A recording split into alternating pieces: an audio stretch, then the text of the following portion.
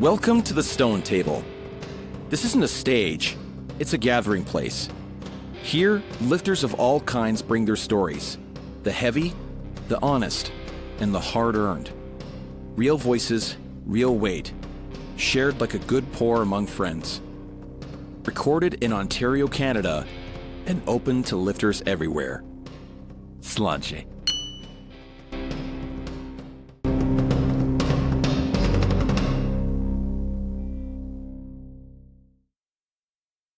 Welcome back to the Stone Table podcast. I'm your host, Rebecca Innes.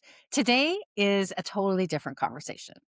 Stone lifting sits at a rare crossroads. We've got strength, ritual, land, lineage, and geology. For thousands of years, humans have marked coming of age, belonging, and identity through stone lifting. But underneath that tradition and the athleticism, there's something even older than that, the geology itself. Every lifting stone holds a story written in mineral, pressure, time, and tectonic movement, which I've had to learn all about. And understanding the story changes how we lift it, how we preserve, and how we respect these stones. So today we are diving deeply into the geology of historic stones, how they're formed, how we measure them, how we assess their safety, and how geology and culture intersect in ways that most people would never consider.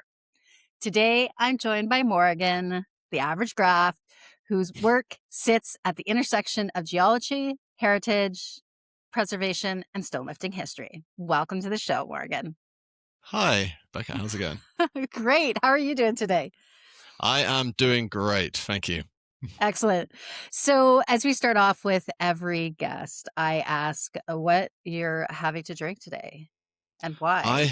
I've just got water, but I've also got a can of Monster Viking Berry, which I thought was more tasty than it was, but it's all right. I'm working tonight, so no whiskey for me.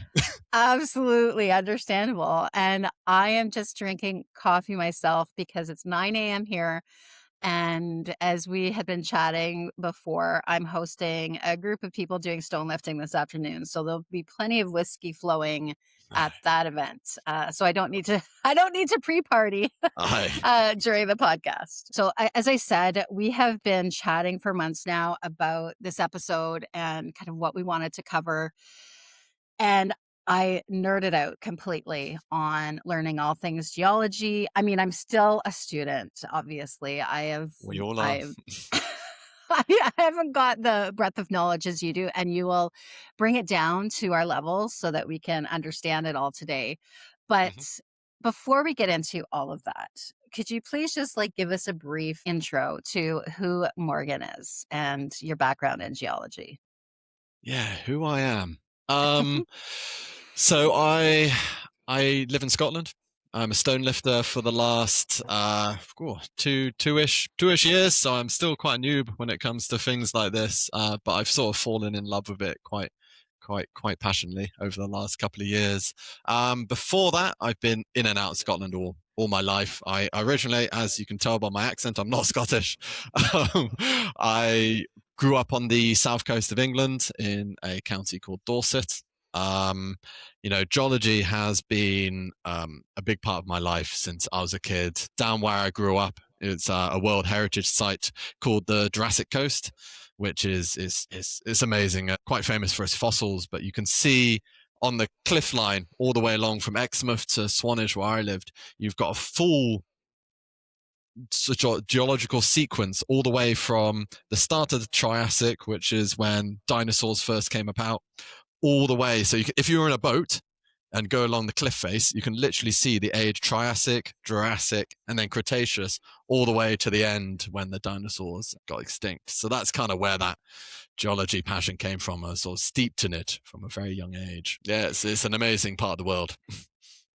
Before we segue into the geology part and the historic lifting stones, you've been training with Jamie McGregor. You've been lifting stones. Yep. Just tell us a bit about some of the stones that you've lifted and have been able to experience over the last few years.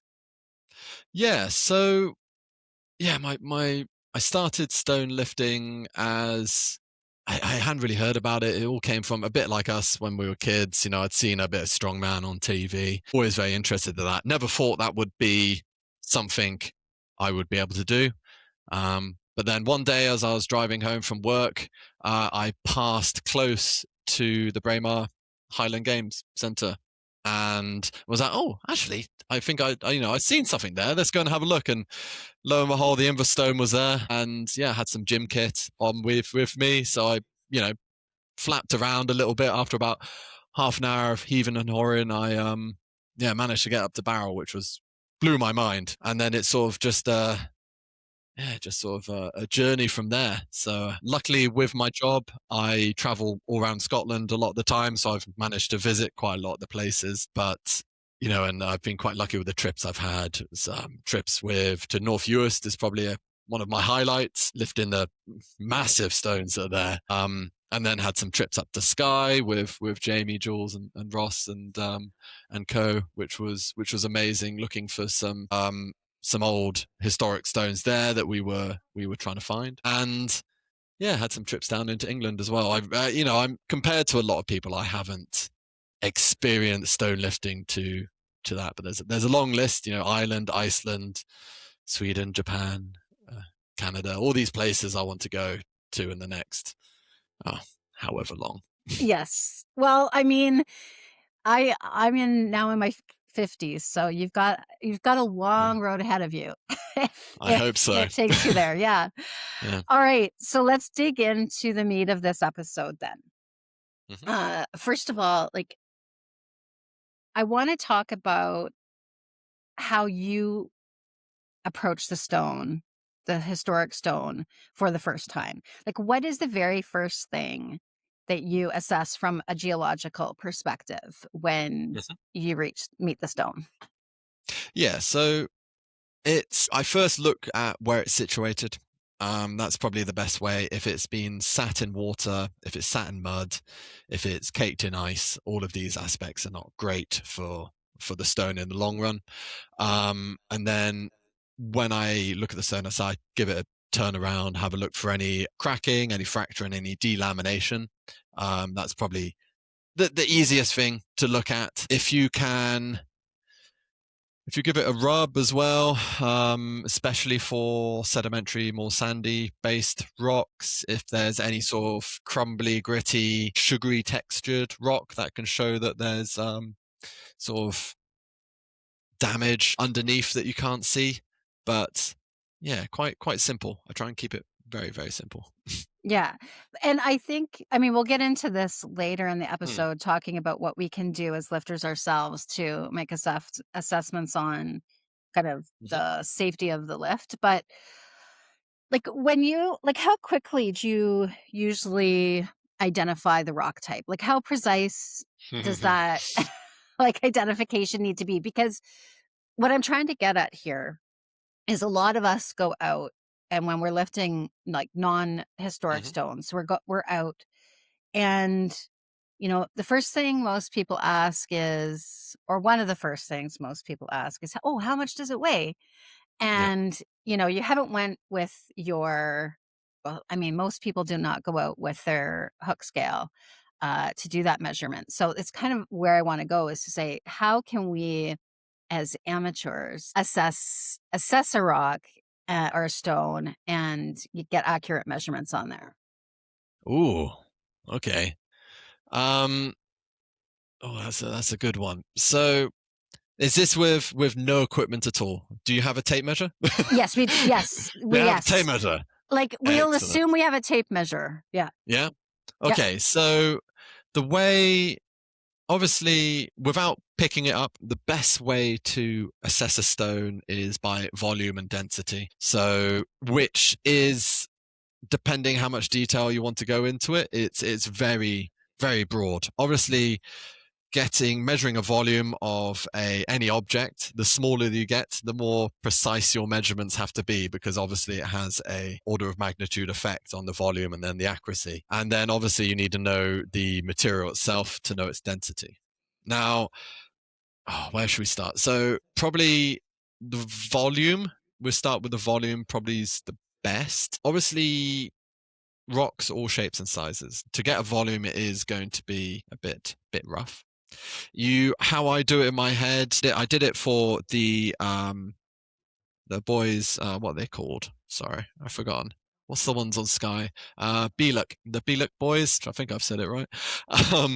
They are a set of what we called legendary stones. Because we went up there thinking they were lifting stones, but they turned out to be massive, like not liftable at all. And luckily for their shape, they sort of had, I break it down a bit like if you're drawing somebody, how you break somebody down into, like if you're drawing this, it would be a circle, a rectangle.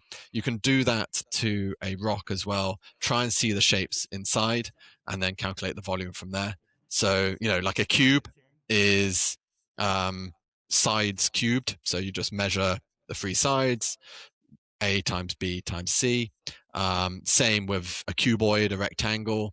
A sphere is probably so something like I've done it for the Darwini. So that is 4/3 times pi times radius cubed. Amazing. Jot that down, everyone. Yeah. So you measure the one so if you've got the sphere like this, you measure the one radius, the second radius, and then the depth radius, times them all together, times by pi times 4/3. So I'm going to do an article on this with lovely diagrams and stuff to put on the Scottish Strength website, which I'm partly the way through at the moment. But like I said, it's rough. Very, very rough. Like for the Darwini, I managed to, what I got a volume of 0.04 meters cubed, times it by the density of granite, which we'll get to in a minute. And that gave me 104 kilograms, which... So pretty close. It's not too bad. I was quite pleased with that. It won't be that good, for everything, but I was pleasantly surprised. But yeah, so and then going on from that, identifying the rock and its density is probably the more tricky part. How best to do that I'd probably split it into like the 4 rock types that we usually have for stone lifting, which is granite, basalt, gneiss or semite or metamorphic rocks, and sandstone, which are really, there are crazy people like the guys in North England that are lifting like boulders of slate and stuff like that, yes. which just looks like king of stones, right? Yeah. Yeah. Oh my god. Yeah. Lifting razor blades, but those 4 are probably the best to do. How you identify them? So a granite is probably the easiest. Everybody knows what granite looks like. You're looking for a salt and pepper kind of rock. All the grains all mixed up. The lighter grains are quartz and feldspar. The darker grains are sort of more mafic minerals like mica and biotite. But it should look something like this. So I don't know how well that comes up in the camera. Yeah. So this is in fact my mini Inverstone that I got from just up the valley, because I thought it was kind of Inverstone shaped as well, but this is exactly the same granite, which I quite enjoy. Granites, and they also come in like different colors. So for example, here you can see here it's got a bit more, you see a bit more pinks, oranges, reds. So, but you're looking for that speckledy color. And for a granite, I would usually say a density of about 2,600 kilograms per meter cubed is, and it ranges because it all depends what minerals are in there. But that's a basic, the average, I would say. So you times the volume by that density, and that gives you the weight. So if you don't want to pick up a rock or haven't got scales, that is a way of estimating it quite well. Then you've got basalt, which is a volcanic rock. We can go through how these are formed later. How exciting. But basalts look like this. So they are dark, really small crystals. They are almost entirely mafic minerals. So you almost can't see the crystals. So like if you compare it to a granite, you see how they look there. Really dark. Basalts tend to be really dense compared to slightly more dense than granites. So I would say a density of 2,800 to 2,900 kilograms per meters cubed is a good one, good average one for that. And then you go on to metamorphic rocks. Metamorphic rocks are very similar to the weight of granites. So we are looking at 2,600, 2,700 of weight. You're looking for a banded structure like this. Okay. This is actually part of the Louisian gneiss, which I was talking about earlier. This rock is about 1 billion years old, but you are looking for the bands of rock here, because what happens is, sorry, I'm going into too much detail already. Sorry, this is where I just go, oh my God, rocks, and then I just bring out my entire collection that's beside me. But you can see here how you've got similar minerals, but this is all random. This is lined. So that is a good way to tell between an igneous rock and a metamorphic rock. So metamorphic tend to be banded. That is like Newtonmore, right? Yeah, Newtonmore. Okay. What other ones? There's a bunch of other ones that tend to be like that. And then you've got sandstone, which we all know what sandstone looks like. It's very grainy, comes off. This is actually my mini Durness stone. So this is made out of the same sandstone as the Strathmore of Durness. But for sandstone, it's a bit more difficult to get a density. They tend to be lighter, but it all depends whether they have been cemented together or whether there's gaps between the grains. Because if you imagine sandstone is just grains of sand that looks like that with gaps in the middle, whether those gaps are full of cement affects the weight a lot. But it's usually in the lower 2000s. So I'd say 2,300, 400, something like that. And yeah, that's kind of the four that I would keep to. I would recommend people, when they start first trying to identify rocks, to keep it simple, because even, I've lived in geology for most of my life, and it takes me some time to identify some rocks because there are hundreds and thousands of many different types. But I would, keep to those four and you can't go wrong. And so for folks that are wondering this, because I had struggled with this when I go out stone lifting with my daughter, we're not going to lift, that there is an actual website that you can like plug in all of the data. And I think it is for maybe amateur geologists to, based on all the calculations that you were just talking about, and you can plug in that data and it'll give you kind of an estimate. Oh, nice. So yeah. And that was in my research for this to see, to see if, in case you don't want to use pi or, oh yeah. Well, yeah. If you look up any on the internet, if you put in volumetric calculations, there are websites that just have the shape, and you just whack in it was 30 centimeters by whatever, and it calculates it for you. So you don't have to do it all pen and paper with a calculator if you don't want Although to. It looks absolutely cool to do so. It makes you look good, yeah. All right. We weren't talking about this, but Fiona then. Do you know what Fiona stone is? Okay. Because it's dense. It's dense. Very. Very. Yes, Fiona is not, or I have lifted Fiona. I lifted it last year, but to be honest, I was with my wife, and I had just climbed a couple of Munros up at Ben Law and stuff behind it, and I was knackered, and I didn't particularly pay that much attention apart from lifting it up and getting it to the little plinth that's there. But that is definitely one this summer that I am planning on doing a deep dive into. Yeah.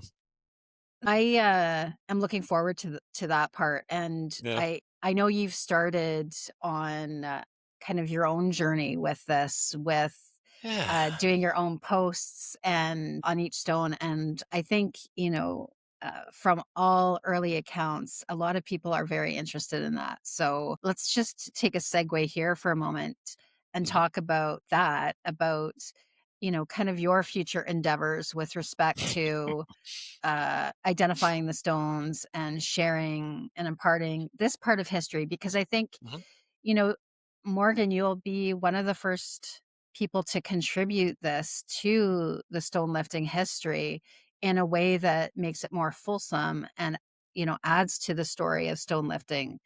So tell us a bit about that venture that you're going on right now. Well, that's the important bit of it, is adding to it. What I don't want, because the actual lifting history behind the stone is obviously more important than the geology will ever be, and I never want that to eclipse the modern history of the stone. But like you say, I feel like it adds on to the whole story, having the entire timeline from birth to where it is right now. I think is pretty cool. In terms of what I'm planning, I am just sort of doing it for fun. It's something I live, breathe, and live and breathe geology, I guess, with my pastime and my work. So it's, yeah, I'm sort of just seeing how it goes. I've never really done so, like I post a lot on Instagram, but that's mainly just me lifting stuff. I've never done social media, if you get what I mean. And I've never done videos or talking or podcasts or anything like that. So we'll see where it goes. I know there are a fair few geologists within the lifting community already. So it'd be really nice to maybe tie in with them, especially from different countries and aspects like that, and see whether we can sort of have a joined up approach and really get to know each of these different rocks. Well, we have one in our community over here at the other podcast. So yes. hopefully I can reach out and talk to them, and because we have obviously different rocks here, or stones here.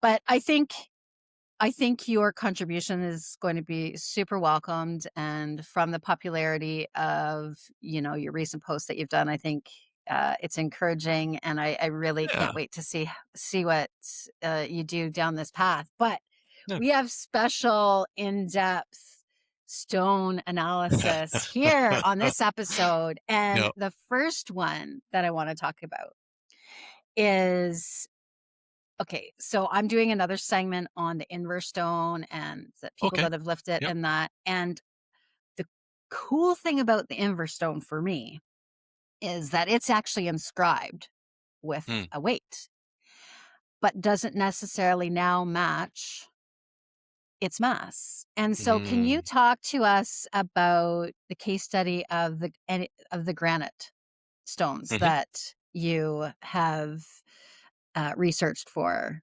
yourself and for the show? Yeah.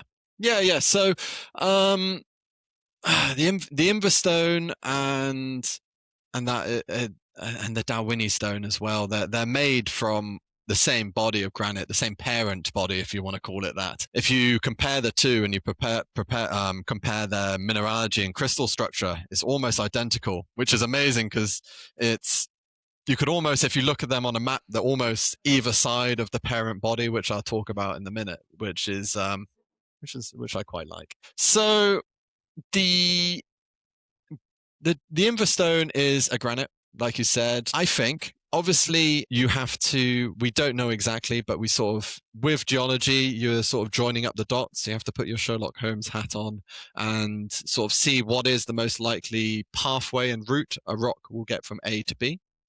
For the inver, it is most likely coming from the Cairngorm Pluton. So a Pluton is a magma body that has solidified underneath the earth.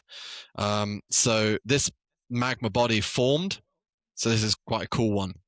So in fact, the inverse stone this Pluton formed during the Caledonia orogeny, which is where these two tectonic plates came together and forced up and created the mountains. This is how a lot of the mountains of Scotland, North Wales, Greenland, Norway were all formed. And it's actually a similar sort of time as well as when England actually joined to Scotland. Because from a geological point of view, until it's about 440 million years ago, Scotland and England were actually on separate continental shelves in different parts of the world, which is pretty wild.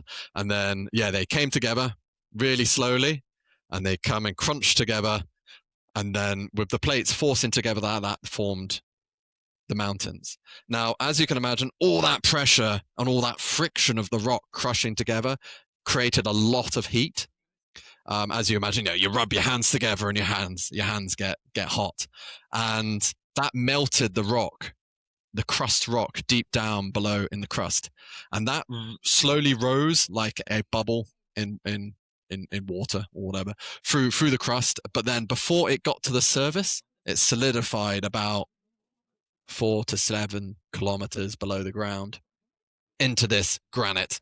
And then over millions of years, the overlying rocks were eroded down until the plutons, these granite bodies, were sticking out the ground, which is what the Cairngorm is. It's just one of these bodies that is just sticking out, and all the stuff has been eroded around it. It's also why the Cairngorms are, generally are quite flat on the top of the mountain. There are peaks, obviously, but generally they have quite flat tops. That's because if you imagine a bubble of magma coming up, it has quite a flat top when it was cooling. So that's how that was formed. This was about, the granite formed about 430 million years ago. And then over the ice ages, so there's been multiple ice ages over the last 2.5 million years ago. The last ice age that we had was 150,000 years ago. So during one of these ice ages, the granite's been scoured out, producing all those beautiful valleys of Scotland, and that plucked out some of these boulders that come out, and they go down with the glacier, whether within the glacial body or from the meltwater in the river afterwards, and that sort of erodes the boulder as it comes down, and then it's deposited just in the river next to where I assume the Invul was found. And they're called Glacial Erratics. You've probably heard of Glacial Erratics before, but they're most lifting stones in Scotland are Glacial Erratics, which are just rocks that were plucked up, moved, and left behind by glaciers. So yeah, that's the Invul. That is super cool. So can you then explain why? So the Invul is inscribed with its weight. Can you explain why and how there is a discrepancy with, like? Now, yeah. So if we take out human error, of course, we'll just say that this initial weight was correct. Granite is a very, very hard wearing rock. It's probably that's why we use it for buildings and aspects like that. But over time, it does wear, and you can tell on the inscribing that it does look pretty worn. You can imagine that scribe being quite crisp when it started. So that would be from obviously being lifted, being on the ground itself, the gritty ground, sanding it down. It also comes from one of the main reasons granite gets weathered is, even though granite itself is not porous, so water can't really go into granite apart from cracks and stuff, on the surface. So if you imagine, this is microscopic wise, water can get into between the crystals of granite, and through freeze and thaw, that can produce little cracks and start flaking off the surface. It also can start dissolving some of the feldspar, which is some of those white minerals on the surface of the granite. And it generally becomes very fuzzy. Obviously, for a granite like that, it would take hundreds of years to dissolve.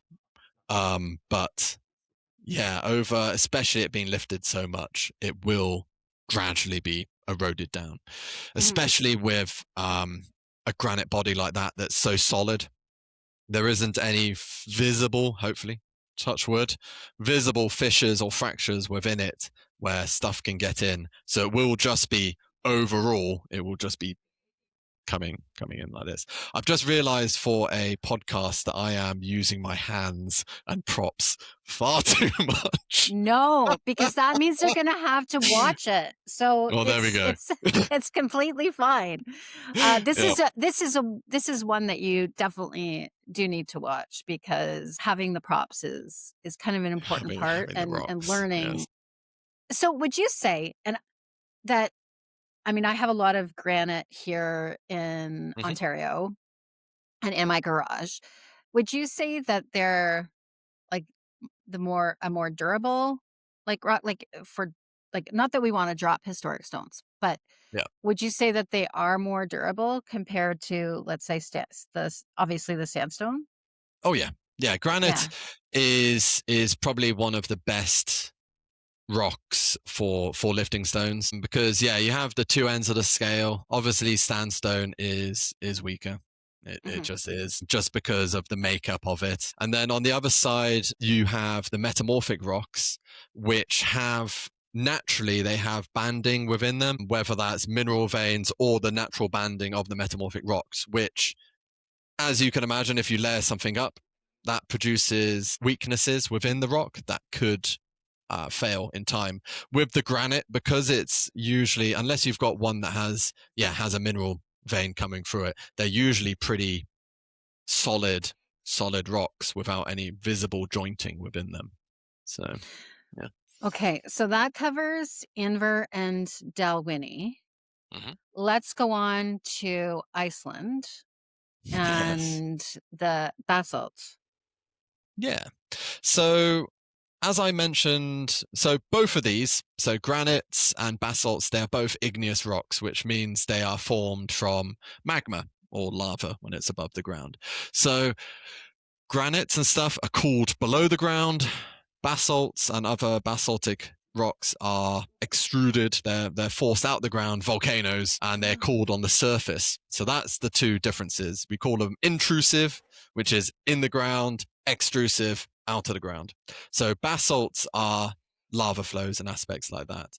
So yeah, Iceland is probably one of the most famous areas for basaltic rocks for obvious reasons, because it's of its location. The whole of Iceland is just one big basalt body. But with with Iceland being sat, have you ever heard of the Mid-Atlantic Ridge? Yes. Iceland over. Yeah. Yes. So you understand how Iceland's formed, where we have the crack in the crust that is expanding and magma's coming up between the crack, and it's forming multiple eruptions over millions of years and forming this island, which is Iceland itself. Now, in terms of the Icelandic rocks, they are quite young, relatively. So Iceland itself is probably one of the, I think it is, or one of the youngest sort of bodies of rock. I don't know how to call it really. Youngest land masses on Earth, and it's only about 25 million years old, which Young. baby Yeah. rocks. But in terms of how they're formed, it's quite simple. Yeah, magma comes up between the crack in the two continents. It goes out via the volcanoes in Iceland. It solidifies on the surface, and then again, good old glaciers come along and they've ripped them up. They've eroded them into some of the lovely stones that we have. So, like Dripvik is a great example of a really, really nice rounded stone. Whether that's erosion from glacier or from the sea, you could probably argue a bit of A, bit of B, and then of course you've got Husafell, which is again is another. That one is definitely a glacial deposit, because it's I don't think it's too close to the coast. Well, everywhere's pretty close to the coast in Iceland, but compared to others. So it'd be glacial movements with erosion and the coastal wave action, which breaks these lava flows up and forms some of these really famous basalt rocks in Iceland. And so it's the denser of all of the four that we're talking about today, right? Yes, yeah, it Yeah. is. Just because the crystals are so small that it's able to pack so many of the minerals into a smaller body. It tends to be. Now, I caveat that with that some basalt and some basaltic rocks, as you can imagine, if it's being thrown out of a volcano, it gets lots of air bubbles and aspects like that within the rock, which will affect the density. So you have other volcanic and basaltic rocks which look more like sponges, Ah, which okay. obviously would be a lot lighter because they're full of air. So yeah, I caveat that with, but usually solid basalt is probably one of the most dense. Yeah.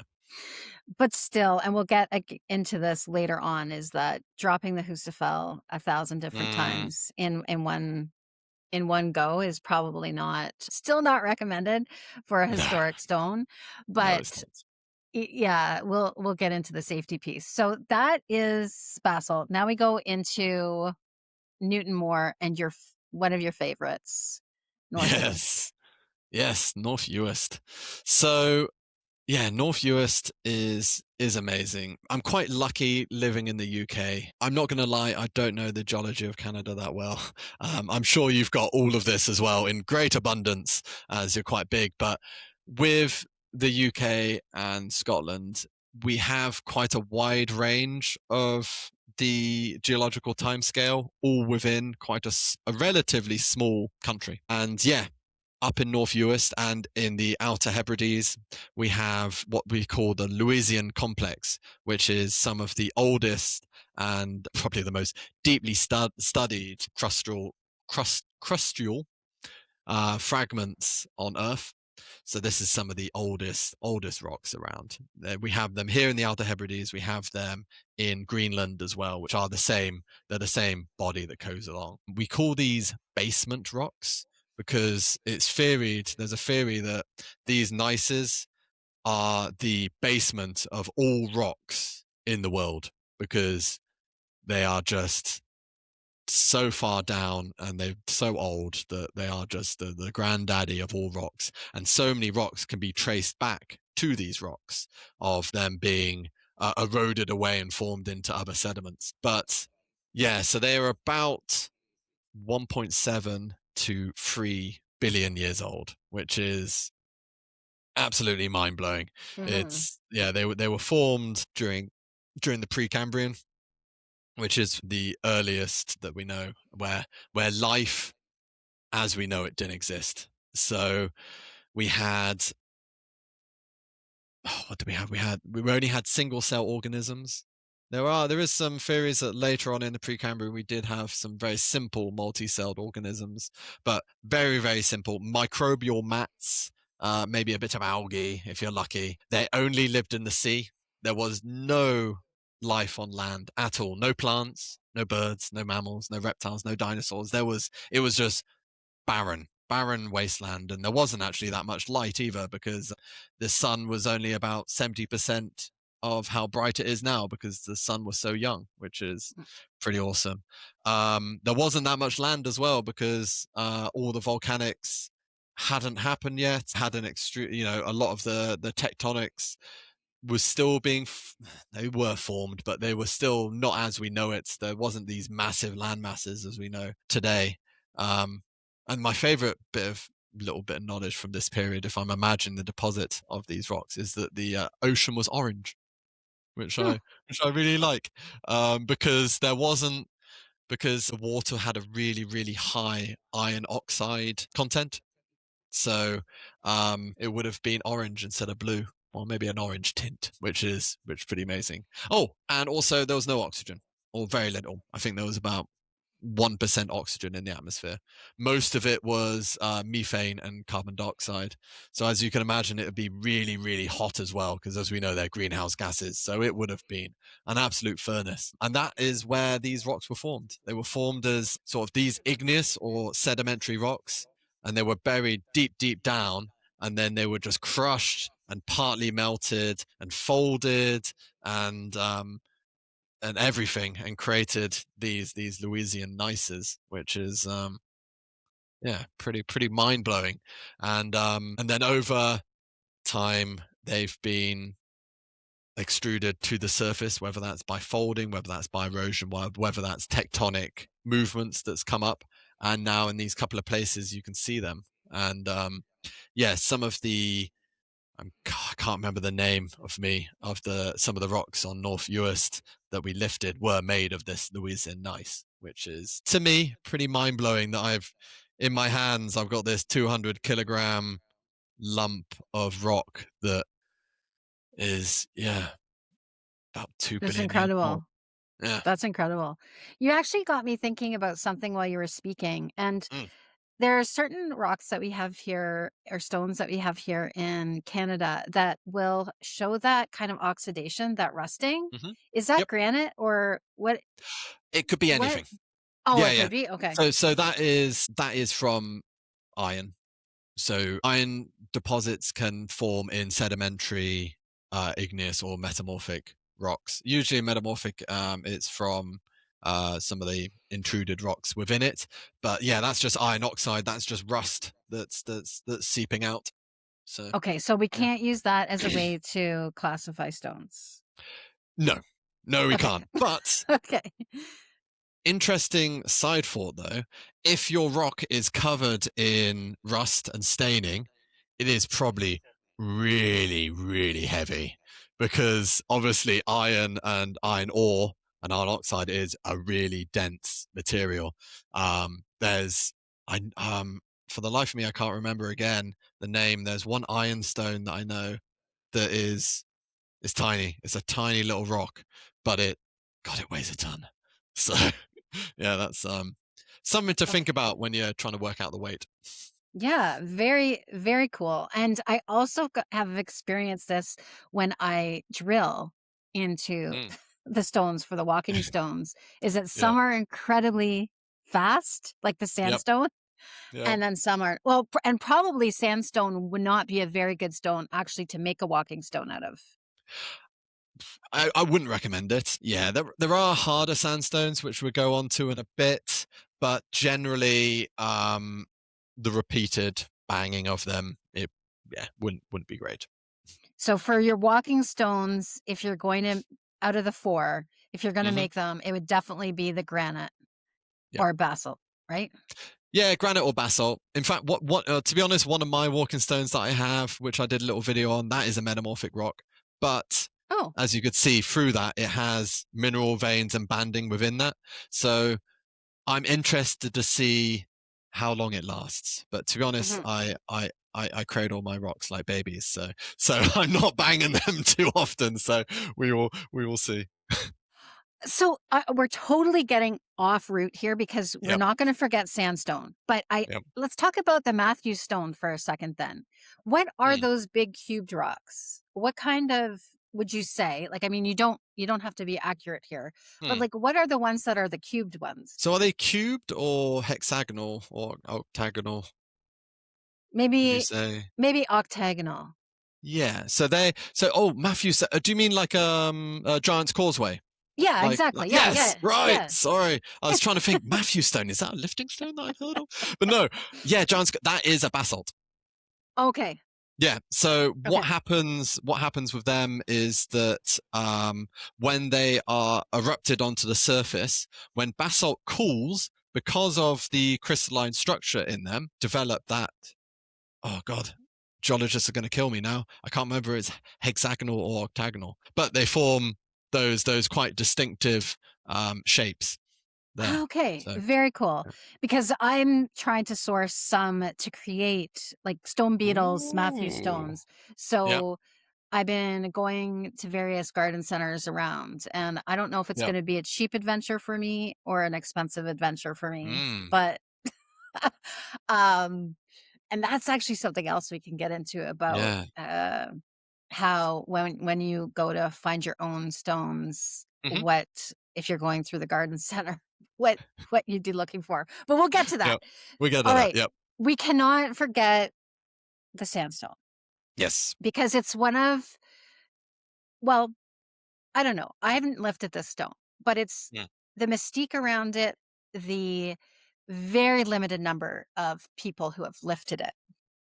The location of it is intriguing to me, and I hope that Jamie on one of our upcoming tours can take me up there, but we're talking about none other than the Strathmore of Ness. What a So stone.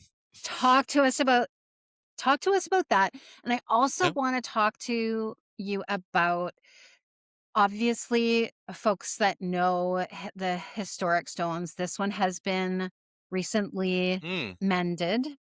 Hmm. And I want you to talk us through that process of how they might have done that and like what that Yep. means for longevity. So over to you. Right. There's a lot to unpack. There's a lot to unpack with the sandstone.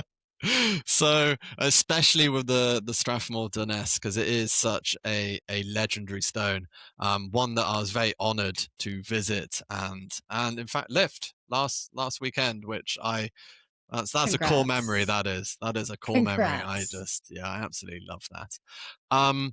But yeah, so Strathmore Durness, it's an interesting stone in terms of its composition, because if once you touch it, you do realize, and you look close, you can see that it does have a slight grainy feel.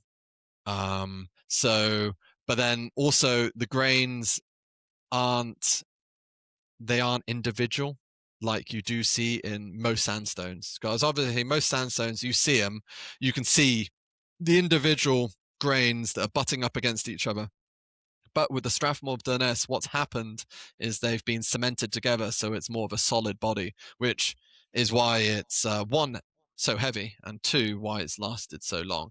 Because I've seen a lot of sandstone lifts on the old Tinterweb, and they tend to be younger, more blocky, don't they? More blocky, more aggressive stones, especially with the bedding through them. I can't see them lasting too long, but that's not the point. So with the Strathmore, it's quite an interesting one, because it is situated in a glen that has no other sandstone in it. The whole glen is dominated by metamorphic samite, which is a banded metamorphic rock.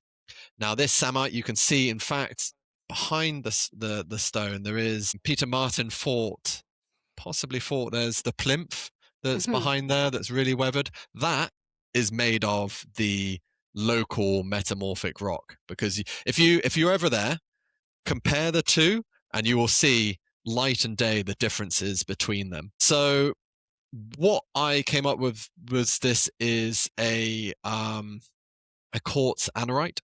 So it's a sandstone that's been cemented. Now, I had a look on the geological maps, which if anybody wants to get good at identifying rocks, get yourself online. There's multiple online geological maps where in the UK we have the BGS, which is British Geological Society, and they have an online map which you can locate. And knowing where you are and where you're situated helps a lot with identifying what rock it is. So I had a little look around, and in fact there's something called the Pipe Rock member, which is a gritstone, sandstone, quartz anhydrite, and dolstone body. But that's about 15 kilometers to the north. So now I had to come up with an idea of how it got to here. Obviously, we had glaciers, and that's usually what it had. So there's two theories behind this, is that there used to be that bed of material used to expand across the whole of northwest Scotland, because you can see these same deposits here, and they extend all the way over to Skye. So what I propose is that during the Ice Age, that these beds were completely scoured out in this glen, leaving nothing but the older metamorphic rocks underneath.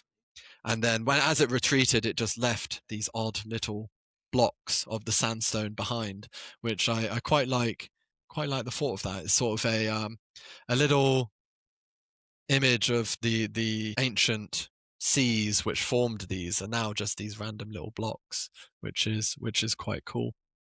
I could talk about how they were actually formed as well. Yes, let's go there before. Yeah. Because I think that's important to part of what we're going to talk about, how the restoration effort, maybe they're like, right? Yeah, very much so.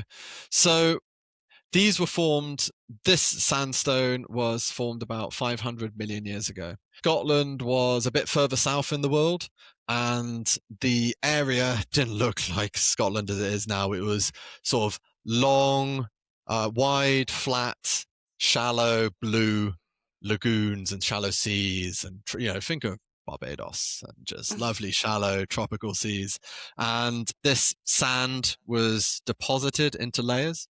Now, what makes the Strathmore even more special, and these deposits more special, is because it's quite a mature sandstone, which means that it's been deposited, ripped up by waves, deposited, ripped up by waves, and it's been reworked so many times that all the weak minerals, like your feldspars and aspects like that, have been broken down and washed away and dissolved away, only leaving the really, really hard quartz behind. So it was a really sort of clean quartz sandstone that was deposited. And then, yeah, this was deposited. It was buried deep, deep, deep, deep down underground. And as you can imagine, sandstone, this is me with my hand signals again, the sandstone with the grains butting up together, there was little spaces between. And these spaces had silica-rich waters that flowed between it. And that, as it cemented, as it sort of evaporated and sort of crystallized out, the silica cemented all these grains together, which makes a really, really hard sandstone. And then, yeah, in the end, yeah.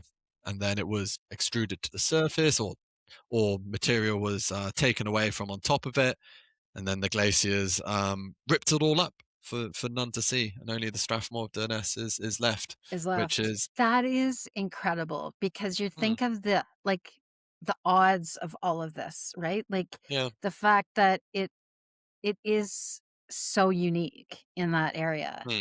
And so let's talk about now, obviously, the Strathmore of Durness had some natural, I think it was natural. I don't think it was done through dropping, or maybe it was Bit of A, bit of B, I think. some, Yeah. yeah. And so through collective efforts of the global stone lifting community, funds were raised, and Jamie worked with a local mason to put it back together and to cement it. Yep. So can you talk to us about how that would be done, and what do you think that this means for its actual longevity and the care that we would still have to, I know Jamie has posted about this recently, and that there's a Hmm. mat there that's supposed to stay there. Yep. Talk to us a bit about that restoration effort and what it would have liked and what the mason would probably have been considering. Yeah. So there were multiple cracks that were running through the rock. Quite interesting that these cracks a lot of them were following the bedding surface. So if you imagine the sandstone laying down like that, there's natural weak points within the sandstone, and a lot of the cracks do follow this natural weakness, which sort of does lead. That's why sandstones lead to breaking like that. So these cracks, they didn't run all the way through the rock, which is lucky, because obviously if they did, they would fall apart. What the mason has done, he's cleared out these cracks with air and water, and then he's sealed the cracks as deep as he can get. So in the center of the rock, there probably is still voiding, but at least on the surface and for a fair bit, it's been resined together. Now that resin will have a binding property, but the main aspect, what that resin does, is stop water getting into the cracks, because that's the big bad one for any fractured rock. Getting water in there, especially up in North Scotland, we have the water, it freezes, it expands, and then it makes the crack a lot bigger. So great care is going to have to be taken with this rock, because it is still cracked. They are cemented together, but it's still quite weak. So anybody that's there has to take the utmost care of bringing it all the way up. I don't know, people might have seen our lifts from last week. Like, we had somebody, as soon as somebody lifted it up from the rubber mat, we had somebody scoot in the little crash mat underneath, because accidents do happen. A little slip. We were lifting it and it was a bit rainy, so we want to take chance completely out of it, and especially putting it down as well. We don't want any chucking. We don't want any, even from knee height onto the rubber mat. I wouldn't recommend. So you want to be able to place it down either on a crash mat or very softly onto that rubber mat. So yeah, and who knows how long it'll last. It's an experiment. Hopefully it will increase its lifespan. By how much? We will see. Very, very interesting. And so the Wallace Pudding Stone also went Mhm. through the same process. Is it the same kind of, or I don't know if you'll know the answer to this, but is it the same kind of stone or? No, I think the Wallace Putton stone is an igneous rock, but the main difference between the two is that obviously the Wallace Putton stone was completely fractured and it was in bits, where the Durness stone was only, yeah, it was partially cracked. So yeah, we will see. That's why with are you coming across for the Wallace Day? I can't remember. Or was it the No, Bruce the Day? Bruce. Yeah, Bruce, I'm there yes. for the Bruce. Yeah, and that's why they're taking so much care in proving that you can lift it up to the chest only and placing it down very, very softly. Yeah, I mean, I I've been thinking about this myself, and I don't know if I would want to, um, even if I could lift the weight and get air Mm, under it, I don't know if I would want to be the Canadian that that damages it. So yes. I think, and what I'm trying to say here, folks, is that uh these two stones in particular presently, like obviously all stones, but I mean you do have to be able to lift these weights before you should be attempting them at all, in my view. Yep. But that gets nicely into the next topic I wanted to talk to you about is safety Mhm. and conservation awareness and education around that. So what, I guess, I mean, there's a lot of things we can talk about here, but what Mm, internal geological features would you say matter most when we're assessing a stone safe to lift? Because I think when we first go to the stone, I think mhm. the first thing you do is assess whether is this a liftable stone today or is it actually, has someone damaged it, what have you. Talk us through that.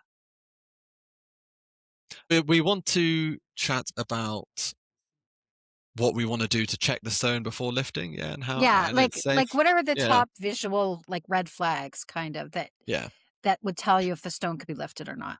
yeah. So for me, we have, well, I would say top four or top Okay. five or top five, let's say. So first one is obviously visible cracks, fissures, and fresh fracture lines. Now that is quite a good one, because some rocks, I have seen rocks that have cracks in them that are hundreds of years old, and you think they're really dangerous, and they're actually not. But fresh fracture lines, where you can see the difference in the color, because obviously on the surface a rock will look very different with its all the weathering and stuff it's gone through, to the fresh rock underneath. So if you see any fractures that look a different color or expose a different bit, that's a big red flag. Delamination or layer peeling is number two.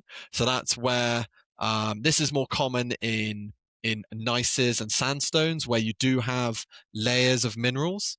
So it might not be a crack, but you might see a little patch of a slightly different color, or aspects like that, that could highlight that this rock is peeling like an onion. And then three would be, I call them sugar spots. Yeah, so they're more like sedimentary rocks. So that is where there's a patch of a different texture. So if you rub it and you rub your hand over it, it might be, especially on sandstone, say, it might be a little bit gritty. Then there'd be one bit that's almost, feels like sugar, and it comes away with your hands, and that could show that there's voiding underneath, or it could be an area where the grains are slightly misaligned. A lot more water, it's usually water, gets in there, and that can be affect the cementation of the rocks and the sort of matrix, or it could be under pressure.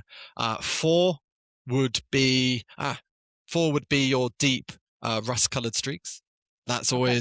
always a good one, because that shows that there are, usually it shows where a internal void is, or weak zone, or a heavily weathered area of the mineral, because obviously iron oxide is coming out of it, and obviously, if something's coming out of something, it has to originate from somewhere, and there could be a void inside the rock from that. And then, what was the fifth?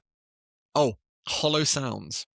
Okay, I Now was this just gonna is, say, yeah, is this yeah. the tap sound test? This is the tap. Like, I have spent a lot of my career going down a tunnel, just going, just waiting for that dong, and it's like, yeah, you can hear it. And how applicable this is to lifting stones is debatable.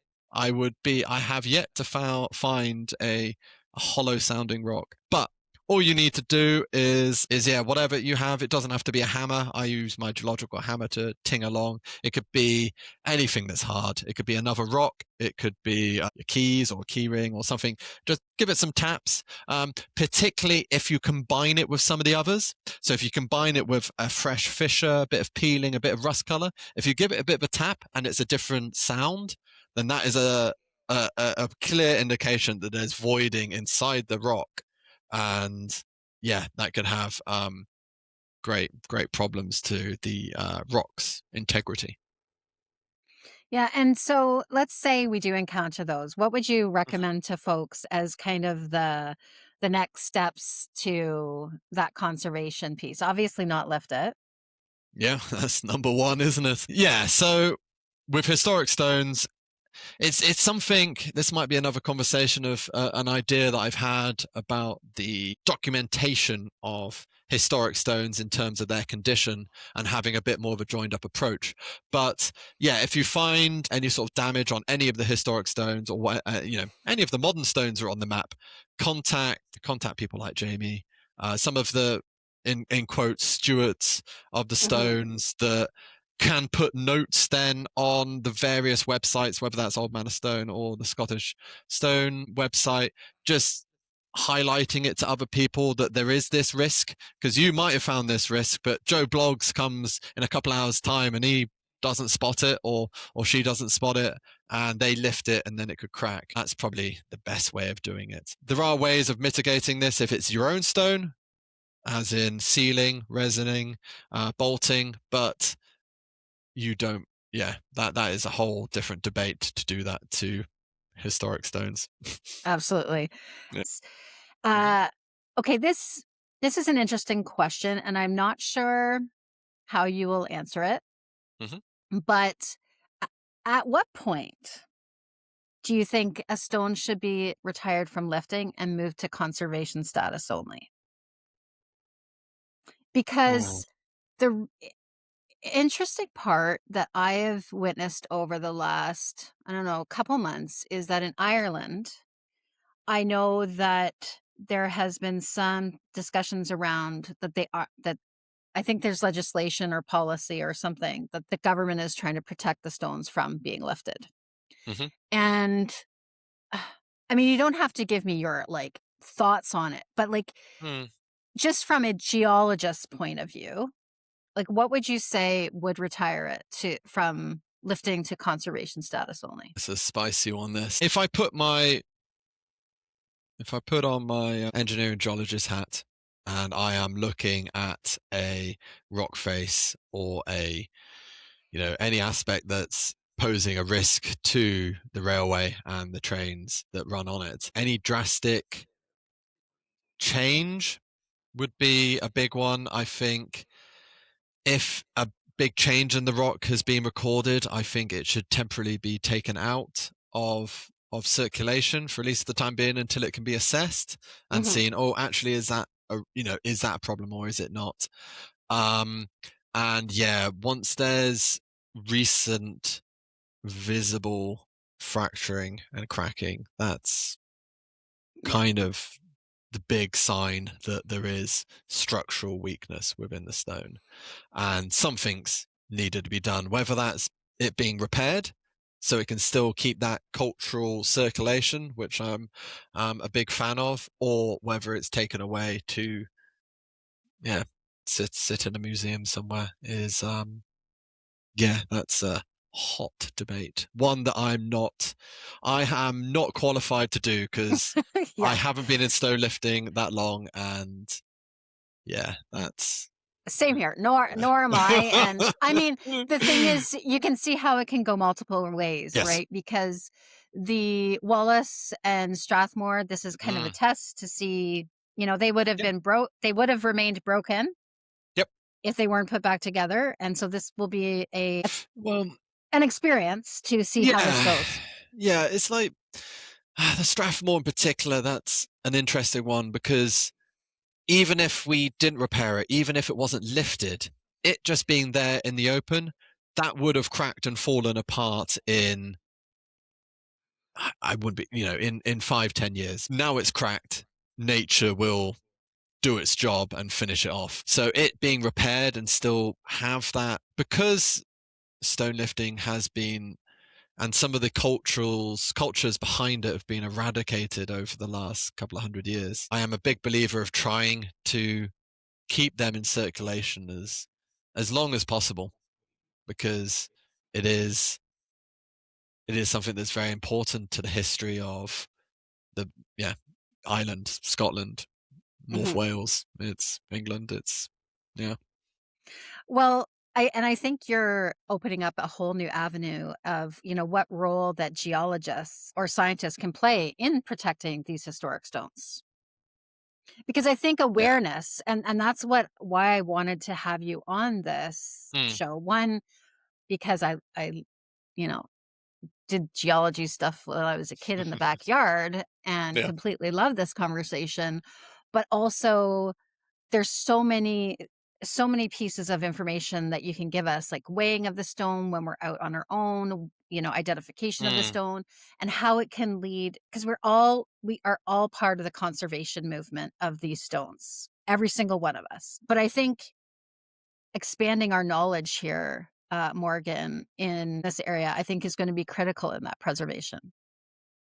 Yeah, no, I 100% think it is. This sort of goes into, this is just an idea that I've had, is that we've got a great and growing record of historic and modern stones within the world, and particularly, where I live, particularly in the UK.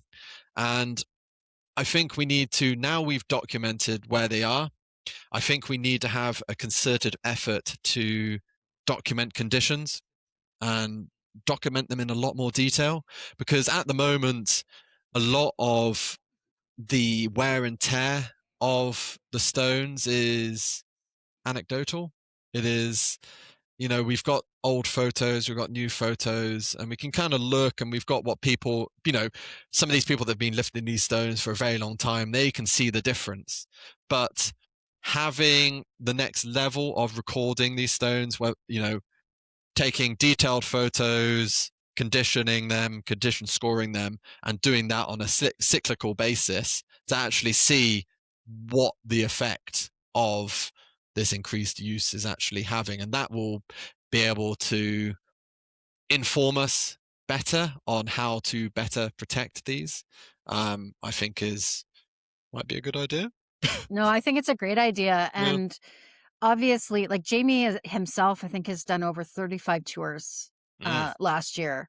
And I think he keeps all of this maybe in his head. I think part of it is, he likes going out and doing these things, but I think he's also, as you say, one of the keepers to monitor to conserve the stones. So Yeah. I don't know how you will do this, but I think that there will be growing support for this kind of work to be done. And I think there's a way to do it through the various websites that exist. And as you say, there's a number of geologists that are within the stone community that I'm sure would partner up. But I think this is an amazing idea. Yeah, and it can be something as simple as, well, I say simple as, I won't be the man making the website, but if there is a database, a user accessible, a database that a user can access, that if you visit a stone, take a shot from, have some instructions, say, okay, take a shot from the top, from the side, from that, and then they can whack that in, and then everybody that, maybe not everybody that visits it, but everybody, and then you have a whole catalog over years of that rock with the same photo going through, and you can actually tell what happens to them. What about geocaching? What about, like, you could do it in a geocaching way, because that's Yep. I used to, play it with my kids. Yeah, I used to do a bit of that as well. But when you would go, you would tell the next person saying, Mhm. "Hey, this is the situation. Oh, it's not there Yep. anymore." Like you could almost do it in the same way because you would have the Mhm. coordinates. You would have, you can upload pictures. It's Yep. a geocaching way, and that it could be done through an app. I don't know how to Yep. make an app. I didn't know how Oh to do yeah. a YouTube. I didn't know how to do a podcast either, like 4 months ago. But Yep. if you're desperate to learn something, I think that there is an app technology waiting to Yeah. be done there. It's So, it's an idea that I've been pondering for a while, and there's enough of us that visit all these things, all these stones relatively often that mhm, it just is, because with any discussion, with any debate, facts and information is power, and yes, the more we know about these stones, and the more we know about the effects and their condition over time, then the more prepared we are. yes. So Okay, you heard it here, folks. mm, Morgan is going to be I've working just on something. volunteered. Yeah, God, to no, be no. working to be working on something. Yeah, So stay tuned for that. Okay, yeah, yeah. now I don't know if everybody in the audience is going to agree with climate change, but let's just assume they do. How do you think that the climate change is going to impact the Yeah. lifting of stones over the next 50 years? Because we're seeing the fissures, we're seeing the cracks, we're seeing the heat, like the Mm, hottest summers we have in a very long yep, time. And for us here in Canada, this is one of the coldest and most snowy winters that we've had in a very long time. yep. Talk to me about the future of stones and stone lifting in this Yeah, climate that we're. yeah. So,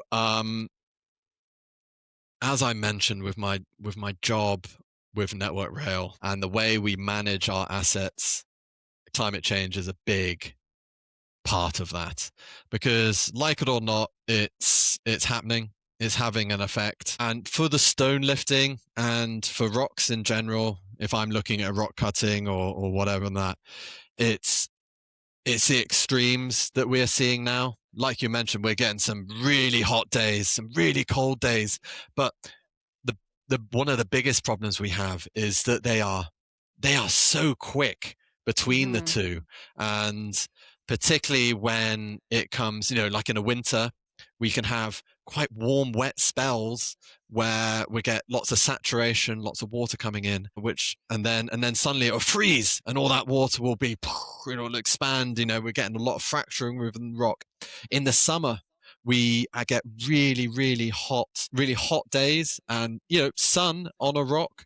You could throw an egg on some of these rocks in the summer, and that does have an effect on the mineral matrix that contains them. Because as you imagine, it's shrinking and pulling and stretching the bonds between these elements over quite a short period of time. So yeah, it's going to have a detrimental effect on mhm. on the rocks themselves, but it does have a detrimental effect to all of us in the environment at the same time. So yeah, it's the rapid extreme events that are, yeah, particularly bad for rocks. Yeah, So, yeah. yeah, But okay, very, very cool stuff. yeah. Hmm. Let's talk about kind of your home gym, your home Oh, lifting, yeah, yeah. what you have in your gym to Hmm. lift, the type of rocks that you have, or stones that you have. I keep Hmm. saying rock stones, but I feel Uh, sometimes when I say rocks, I'm being disrespectful. yeah, well, that you get onto a whole new thing like, is an atlas stone a stone? That's. Yeah, I flip flop between them as well. I wouldn't. yeah. Rocks. I quite like rocks. It's a good word as well. My home gym. Yeah. So I have my little garage out the back, which I have. I have the normal gym stuff in there with squat, bench, deadlift, Dinnie pins, good old Dinnie pins. Because yeah, I'm training up for the Dinnies at the moment, so they're quite a big part of my life. And then yeah, I have a slowly growing collection of rocks out the back, which my poor wife. But you know, we moved to this house 2 years ago, and we said to each other, "Oh yeah, man, that move was really hard. We had so much stuff." And then, yeah, ever since I've collected probably about 5 ton of rock Yeah. that probably will have to be moved when we do change. But when it comes to my personal rocks, I do get really nerdy about them. Um, I I like the really interesting ones, the ones that have a story. They're all really nice shapes as well, but yeah, I'm quite lucky with my job that I have quite a lot of access to different rocks and traveling about. So yeah, I've got some. I got a bit of the Dalwhinnie granite that I got from a cutting just up the road from there, which was nice, a little one, about 100. It's about 100 kilos. I've got Yes. So I got some Semite, which is one of the ones I did a little video on.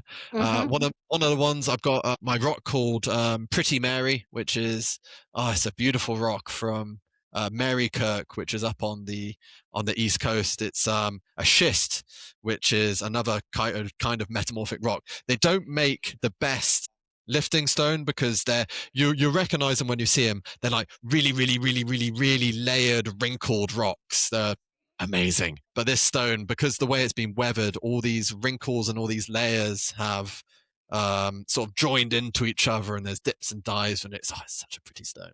But it's not a great lifting stone because obviously all those laminations are a weak point. So Hmm. I'm expecting one day for it just to burst into millions of pieces. But I am. It's quite light rock, so I'm quite careful with it with a crash pad and stuff. Do you use Um, crash pads for all of your stones? yeah, Yeah, yeah, I at use home. all. Yeah. Yeah, I try. Sometimes I don't have it with me, and I just have a bit of rubber. But in those cases, I'm usually only going to chest or doing half lifts and stuff where I can put it down relatively slowly. Anything to shoulder or pressing, because I'm not the strongest stone lifter in the world. When it becomes near my max, particularly with pressing and shouldering, um, I like to have the pad there so I can safely bring it down and hopefully make the rock last a little bit longer because Hmm. that's I've got a beautiful bit of white alkaline feldspar granite, so it's almost pure white. It's Hmm. beautiful. It's from it's down Girvan, which is just south of me. It's from a granitic body that's just off the coast. In fact, it's quite cool. It came from a grave, um, a graveyard, which is quite, yeah. It got dug up when somebody was, as they are digging the holes, and they had a spoil heap. So I had a chat with the groundsman because I spotted it in there, and then somehow managed to get this 150 kilo rock into the back of my van with.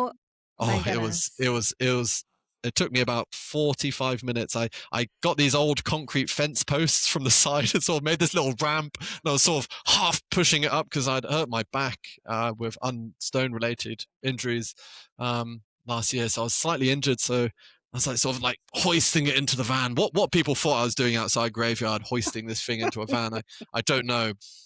Yeah, that's probably, yeah, I call that's the gravestone, which is quite fun. That's incredible. That actually points to a couple things. One, obviously, if you can have the stall mats in your home gym, Mm, that's great. But when it comes to the crash pads, I bought some off of Amazon. I take them around with me all the time. mhm, I think we're $90. But if you are going around mm, to look at at the end of people's driveways, if there's a couch with cushions, those are just yep, as good yeah, to have as a crash pad or a couple crash pads. Obviously, working on the negatives is a really great preventative strategy. However, yep, having the crash pads, even if it's just in your home gym, is yep, critical. As I said, because we're all stewards, we're all mhm, conservationists when it comes to whether it is historic or competitive or just the stones in our own homes. So we all yep, set the example for the future ones that come into this practice. Yeah. So, yeah, okay, we have covered so many things. What okay. have we not covered that we need to go over yet? You you were talking about why are glacial erratics so common in traditional lifting cultures? Mhm. Um, Yes. That's quite Why a, yeah. are glacial erratics so common? Well, funny you should say that. So it's a bit of B. I've said that a lot this episode, but it's a lot of the areas that have that have historic lifting cultures within them are within glacial zones. So places like Sweden, Norway, Scotland, Ireland, North Wales. That's A. So and and within that, the geology within those areas, you do have a lot of the harder rocks, like your granites, your basalts, your metamorphics. And glacier and a glacial erratic. So, as I mentioned earlier, glacial erratic is when the stone is ripped up by the glacier and transported somewhere else, eroded into a lovely smooth shape some of the time, and deposited somewhere else.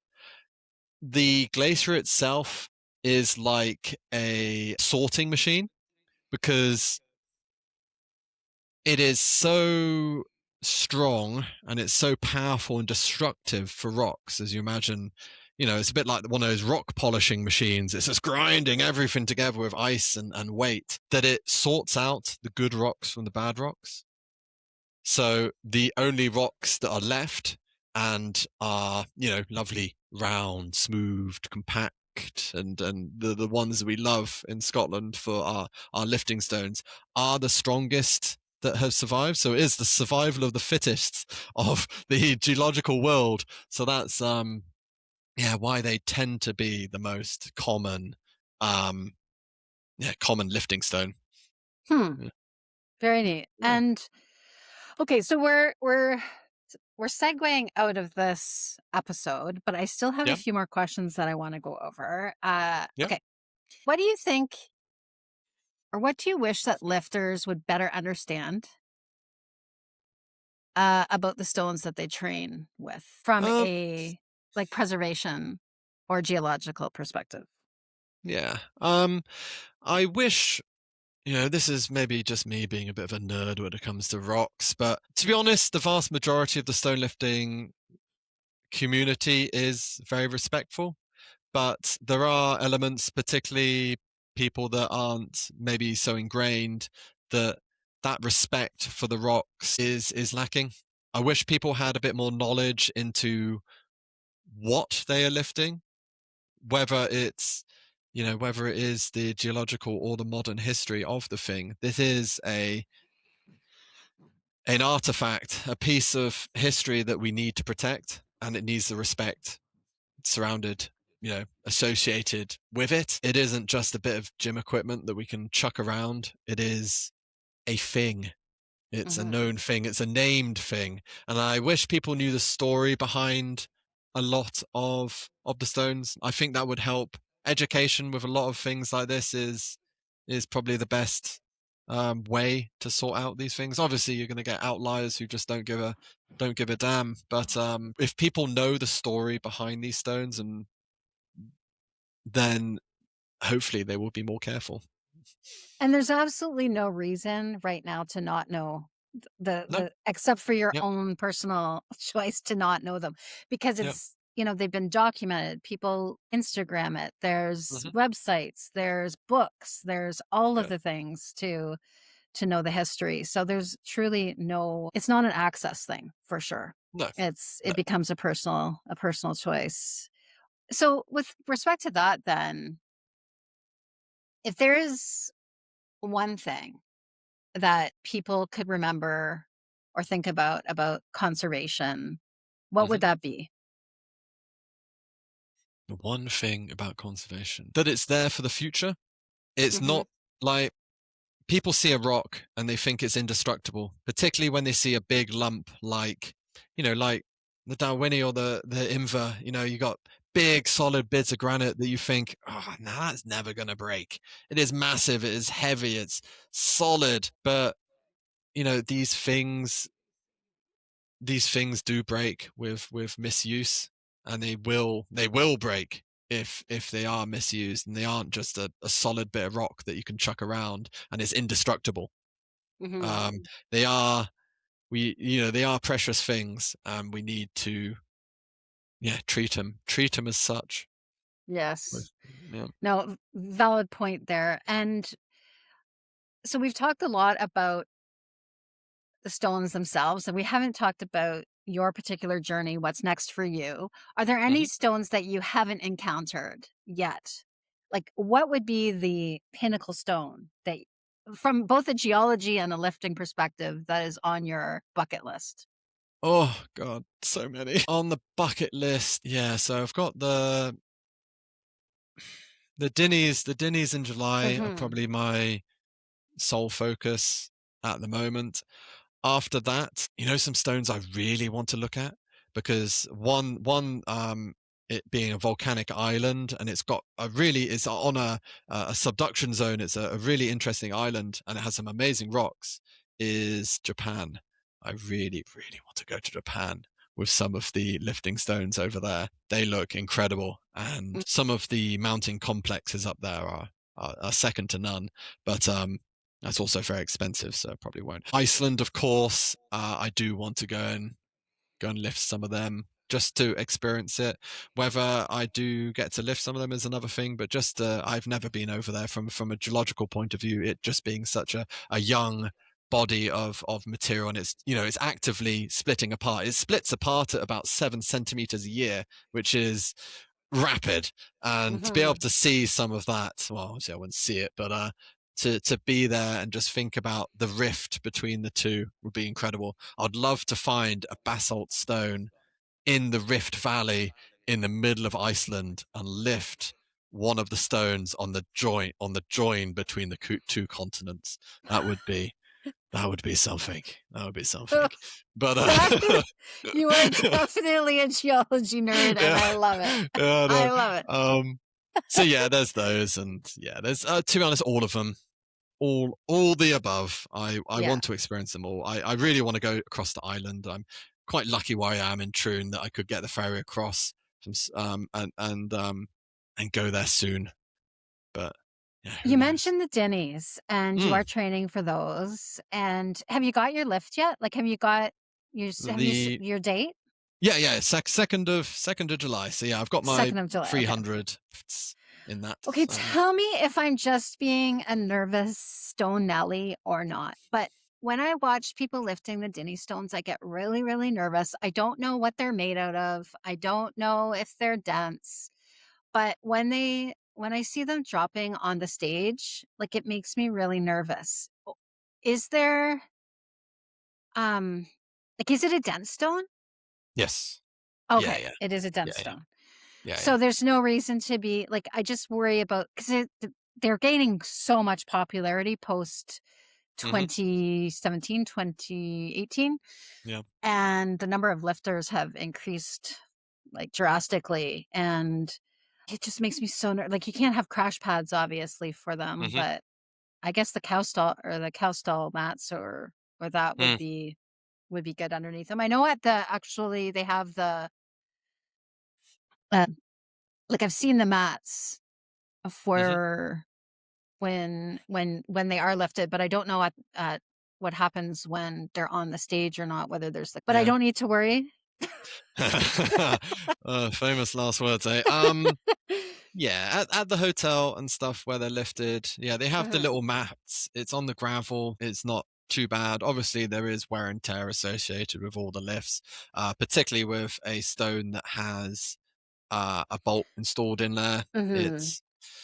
It's a weak point. Whether that point will ever become a problem, we don't know. It's all when it's on the stage and being dropped like that. I wouldn't worry too much. Obviously, it's not great Mhm. for it, but it's it's a flat surface, which is probably the biggest savior of that.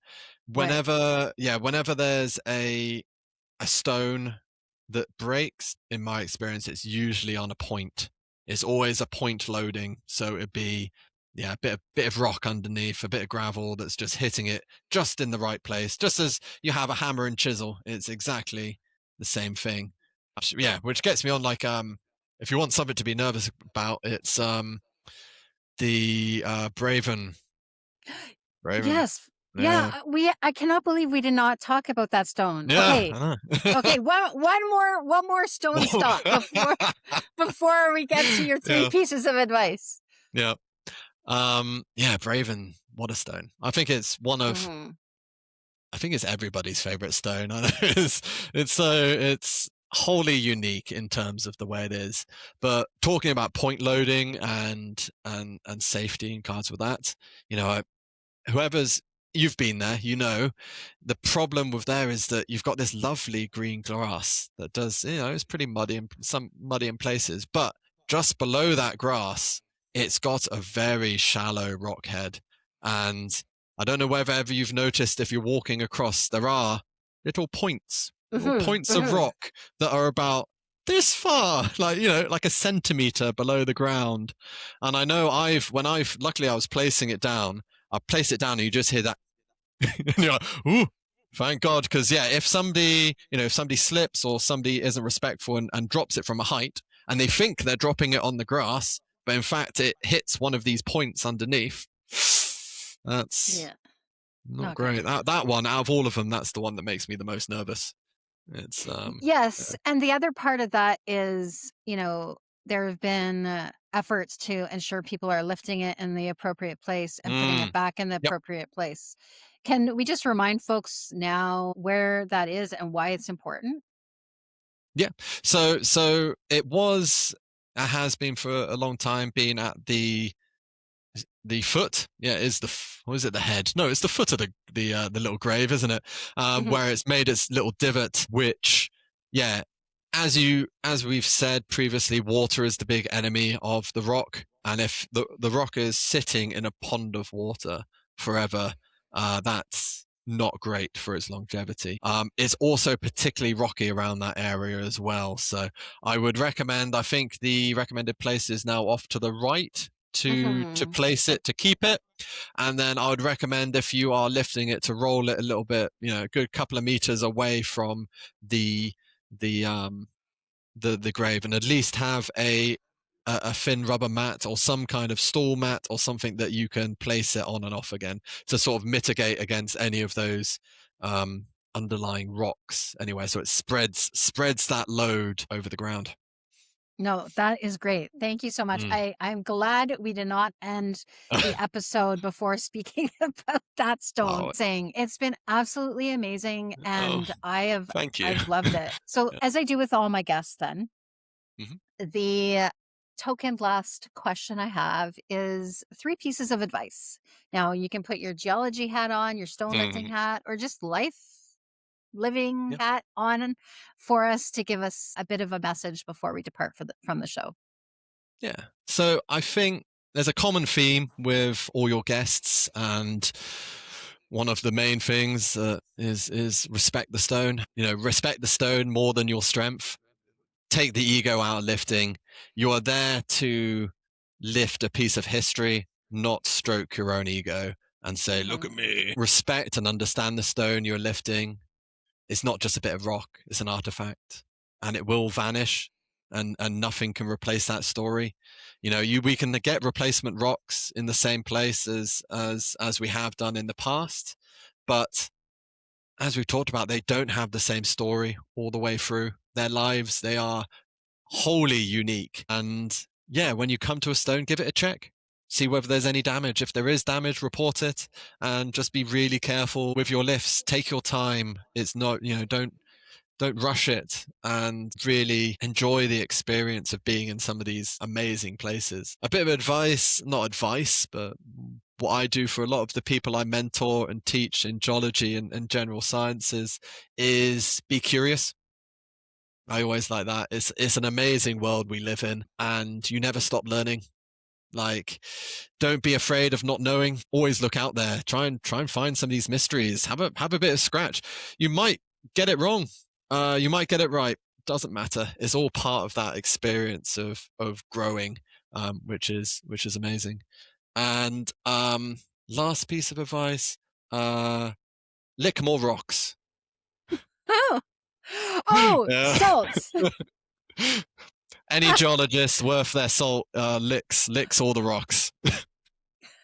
Yeah.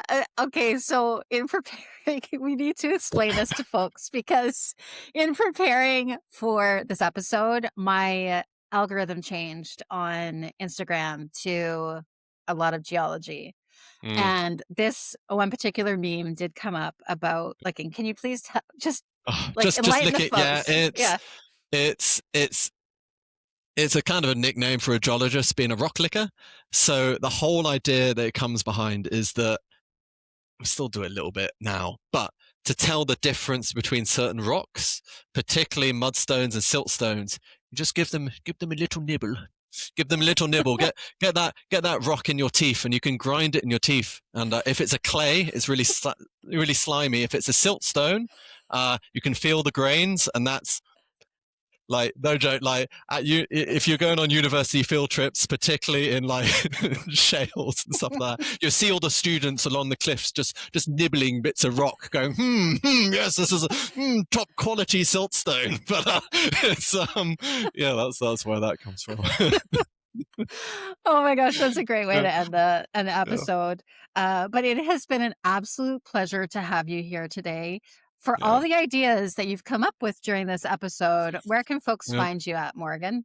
Yeah, I'm only on the Instagram. I mainly just post my journey of lifting stuff. It's more of a documentation for myself than proper social media-ness. But I will be doing more and more in-depth sort of explanations of the various rocks that I find and lift around the world, hopefully, and what I find interesting, and chatting about that a bit. So if you're interested in rocks, then Give him a yeah, give it a follow. go. And Give it a go. Yeah. your handle is? Average graft at the moment. It's Yes. no thought behind it. Well, most of us are average grafters anyway. So. Yeah, I know, right? Oh my goodness. Well, thank you so much for taking the time today to explain all of the geological background of some of our favorite stones that we have. As you have allowed us to see, stone lifting is just not about proving strength. It's about the relationship with the stone, relationship with land and ancestry, with our own limits. And understanding the geology is an important aspect of that. And hopefully, with your efforts that you're doing and your future ones, you'll continue to deepen that. Thanks so much for those that are Thank you. listening. Please do not forget to like and subscribe, and we'll see you next time around the table. Have a great afternoon. Bye-bye. Take care.